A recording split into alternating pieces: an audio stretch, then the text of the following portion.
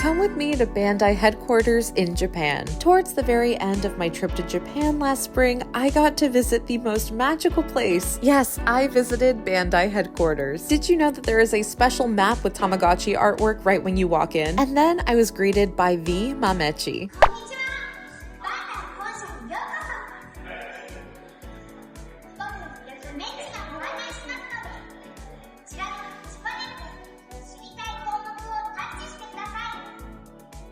And then I got to hang out with this giant Mamechi statue that's made of recycled gashapons. Mamechi is made of 8,270 gashapon capsules to be exact. On the second floor, I got to see something also just as amazing. Directly up the stairs is a giant Bandai history museum, and I was lucky enough to be the only person here on the day that I went. So I got to walk around and take a look at pieces of Bandai history all by myself. For example, did you know that there is an Eco Kuchipachi here? Tamagotchi, the brand, is a huge part of Bandai's history, but another huge part is being good to the planet. At the Bandai History Museum, I got to see a giant display of Tamagotchi history, and as someone who has been collecting Tamagotchis since 2005, I was so excited to see this in person. Each generation of the Tamagotchi, or I guess Tamagotchi, toy was represented at this display. It was so cool that I was able to bring my very own Tamagotchi uni to this display unit. It kind of felt like I went full circle. So here's a bit of info for you. Did you know that the Tamagotchi is actually called Tamagotchi in Japan because of the word tamago, which means egg in Japanese, and tomodachi, which means friend, and wachi, which of course means watch. Basically, Tamagotchi is a play on words. As I walked around the museum, I got to learn a lot of other things too. Bandai really does have an extensive history, and it was so cool to be able to see it in front of me like this. You see these two Tamagotchis here? Well, guess what? These are the very first ones ever released. In November of 1996, the very first Tamagotchi models were released, and today Tamagotchi has become an international phenomenon, as of course we all know. I have been making virtual pet content for a long time, and this was something special. This toy right here kickstarted an entire movement of virtual pet toys in the 90s, early 2000s, and beyond. It is always exciting for me as a collector to wonder what is coming next. As a kid, I could have only dreamed of being able to work with Bandai one day, and it is so cool to be an adult in Japan looking at the Bandai HQ. When you step outside of Bandai HQ, you will see statues of some of their most popular characters. Bandai as a company represented IPs that just made up my childhood, and it was so cool to see them all one by one. It honestly made me really emotional. Standing outside in the rain with Mamechi honestly is an honor for me, and I will never forget what it felt like to visit this place.